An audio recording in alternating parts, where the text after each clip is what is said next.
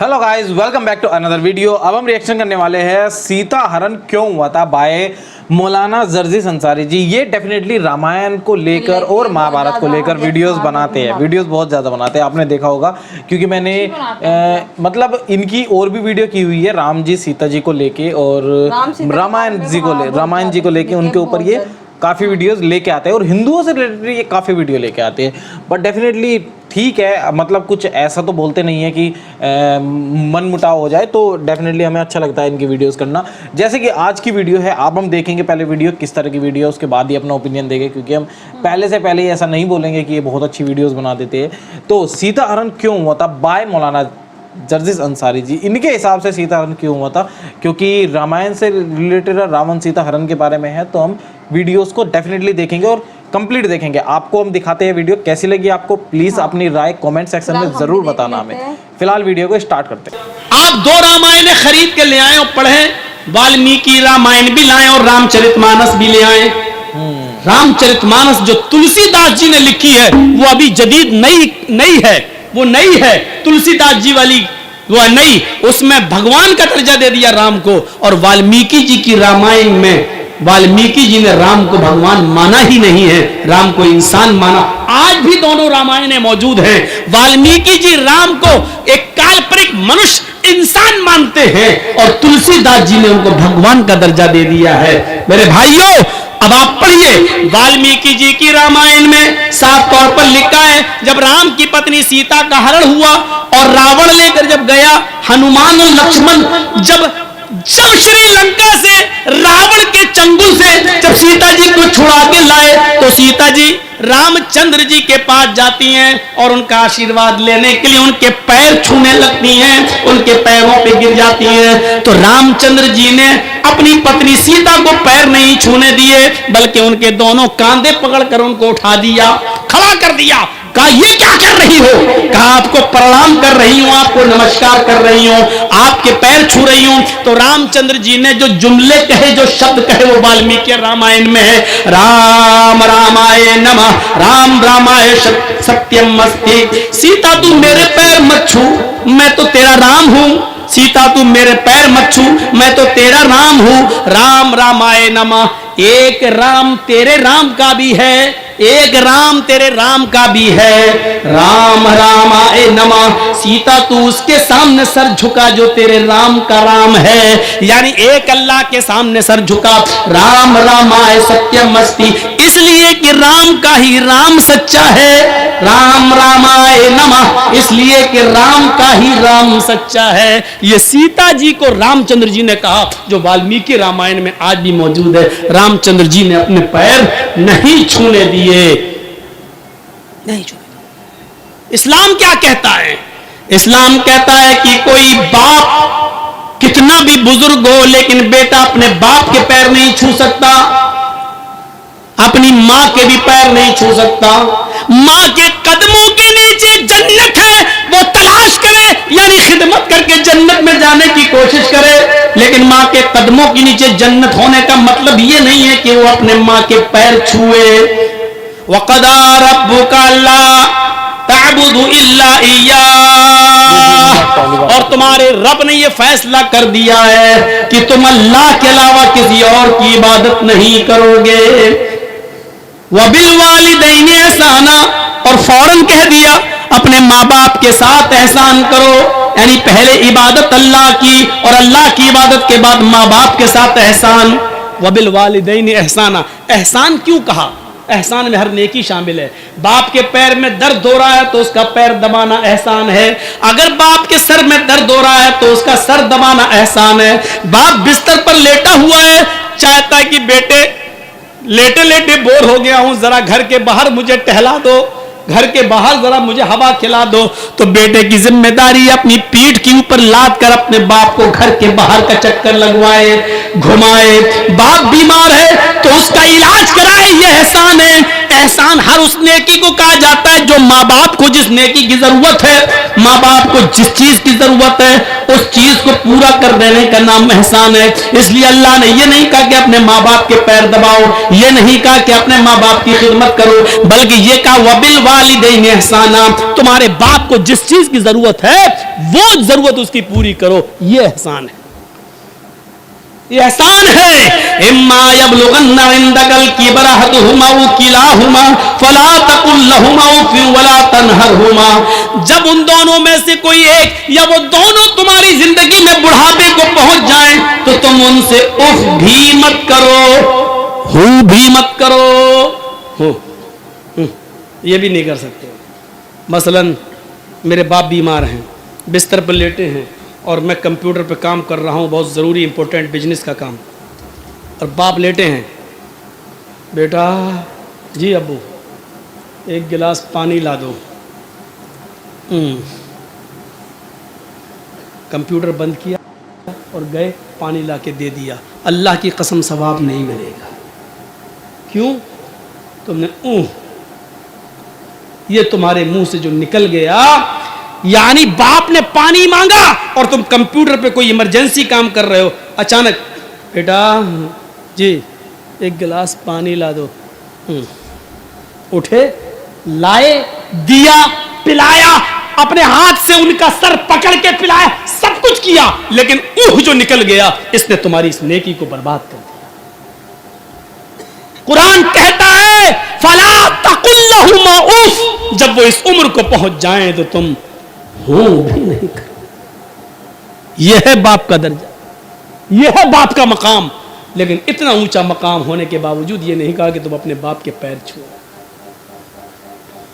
नहीं छू सकते, क्योंकि सर झुकाना सिर्फ एक अल्लाह के सामने जायज है।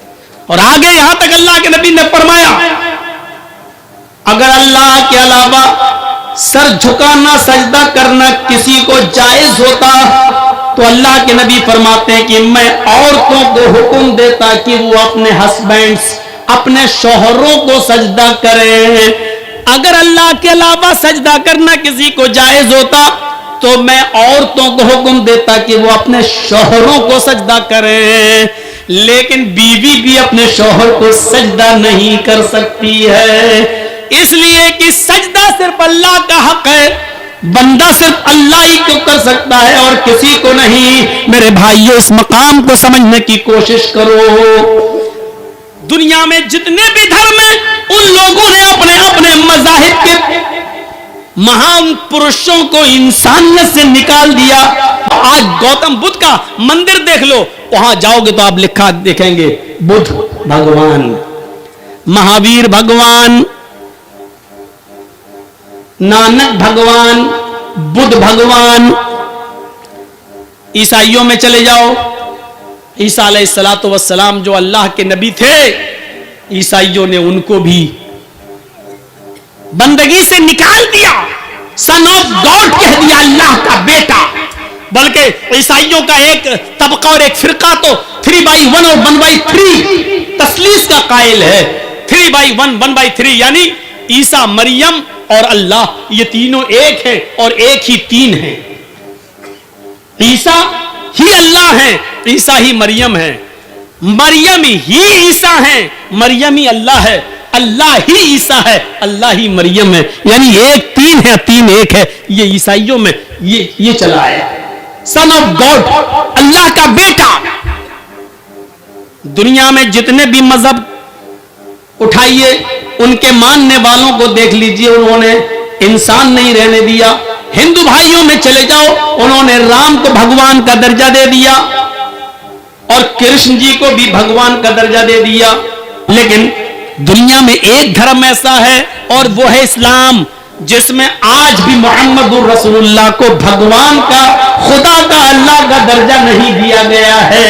हमने अपने महान पुरुष को इंसान ही का दर्जा दिया है और इंसान ही रहने दिया है। कुरान चीख कर ऐलान करता है, कुल इन्नमा अना बशरुम मिस्लुकुम, ऐ नबी कह दो कि मैं तुम्हारी तरह का एक बशर हूं। कह कह दूं कि मैं तुम्हारी तरह का एक इंसान हूं, तुम चलते फिरते हो, मैं भी चलता फिरता हूं, तुम उठते बैठते हो, मैं भी उठता बैठता हूं, तुम शादी ब्याह करते हो, मैंने भी शादी ब्याह की है, तुम्हारे माँ बाप दादा परदादा थे, तुम्हारे भी माँ बाप दादा परदादा थे, तुम्हें बच्चे थे, तुम्हारे बच्चे तो मेरे भी बच्चे थे, तुम्हें बुखार आता है, सर में दर्द होता है, दुख और गम पहुंचता है, मुझे भी बुखार आता है, सर में दर्द होता है, दुख और दर्द हमें भी पहुंचता है, खुशी हमें भी पहुंचती है। कुल इन्नमा अना बशरुम मिस्लुकुम यूहा इलैया।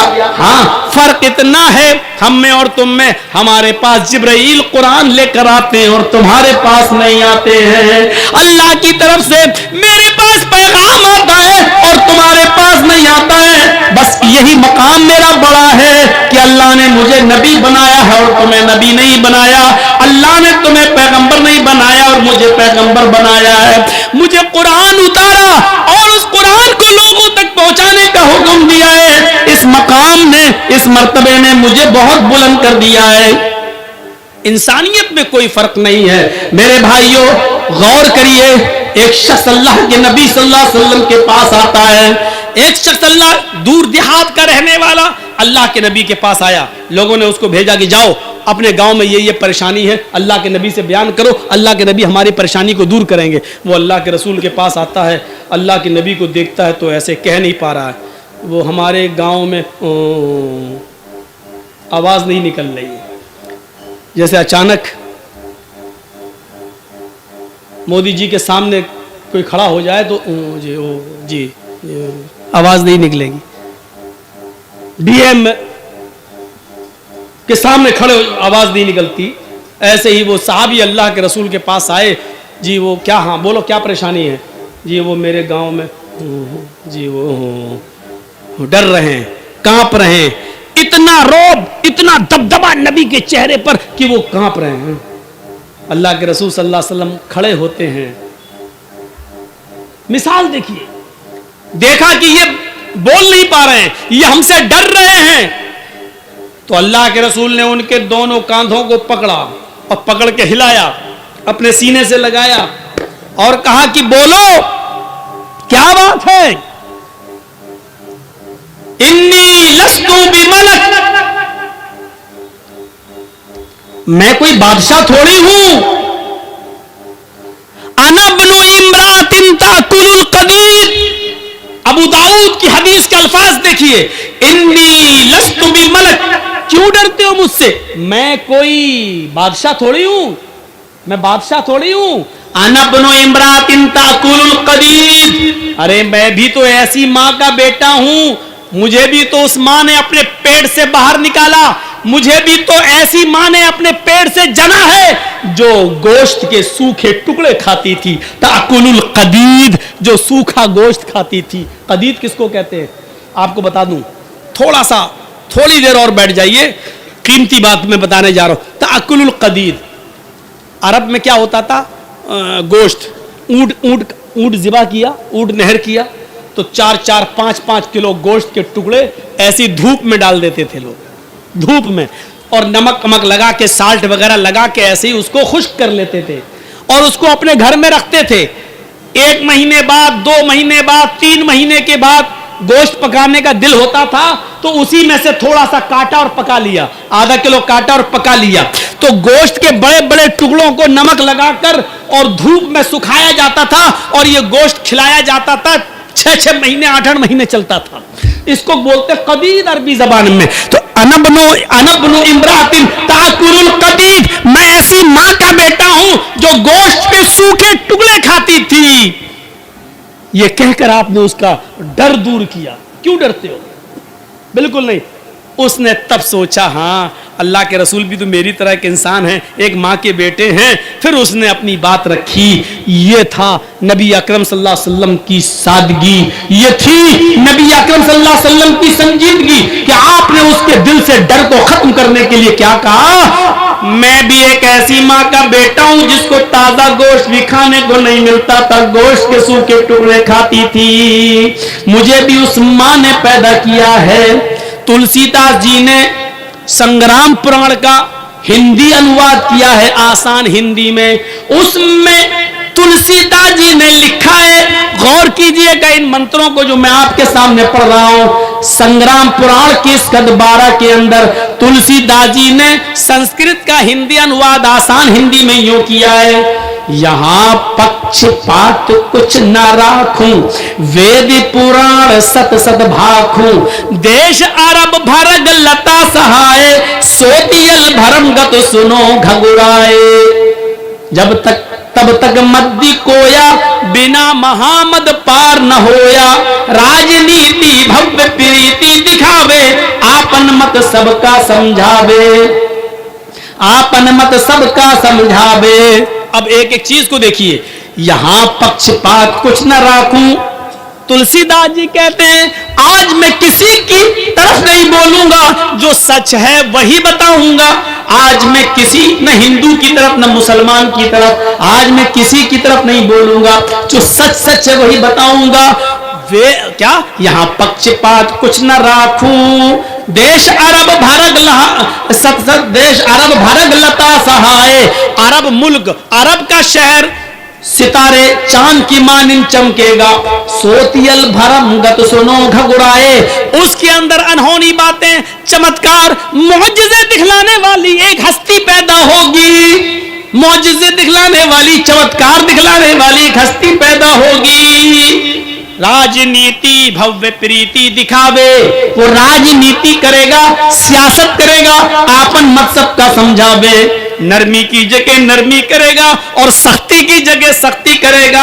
लास्ट में ये एकदम से कट हो गई, मतलब हाँ ठीक है, यहाँ तक समझ में आया था मुझे। इससे कुछ पहले और बहुत कुछ है इस वीडियो के अंदर, जैसे कि इन्होंने कहा सीता हरण क्यों हुआ था, लेकिन इससे रिलेटेड थोड़ा मुझे कम लगा, मतलब जैसे कि इन्होंने बिल्कुल पॉइंट टू पॉइंट नहीं बताया सीता हरण कब क्यों हुआ था, लेकिन हाँ इन्होंने बताया जब वो वापस आए थे, लक्ष्मण जी और हनुमान जी उनको लेके आए थे श्रीलंका से, लंका जिसे रावण की लंका से, तब उन्होंने पैर छुए थे तो मना किया था, और इस तरीके से की बातें की थी जो इन्होंने कहा है। डेफिनेटली ठीक है, ओके, ये हमें समझ में आता है। ये मैंने और भी वीडियोस में सुना है ये वाली बातें, तो हमें ठीक ही लगती है, मतलब ऐसा नहीं मैं कहूँगा, मैं कोई अपना ओपिनियन प्रॉपर नहीं बताऊंगा इसके अंदर कि ठीक है या गलत है, जो है बस है। हाँ, और हाँ डेफिनेटली वीडियो में बहुत कुछ था आगे फिर भी, और काफ़ी सारी चीज़ें थी। वाल्मीकि रामायण और तुलसीदास जी की रामायण के बारे में भी इन्होंने जिक्र किया है, जो अभी लेटेस्ट आई है उस तरीके से भी, और आगे इन्होंने गोस का सिस्टम बताया है।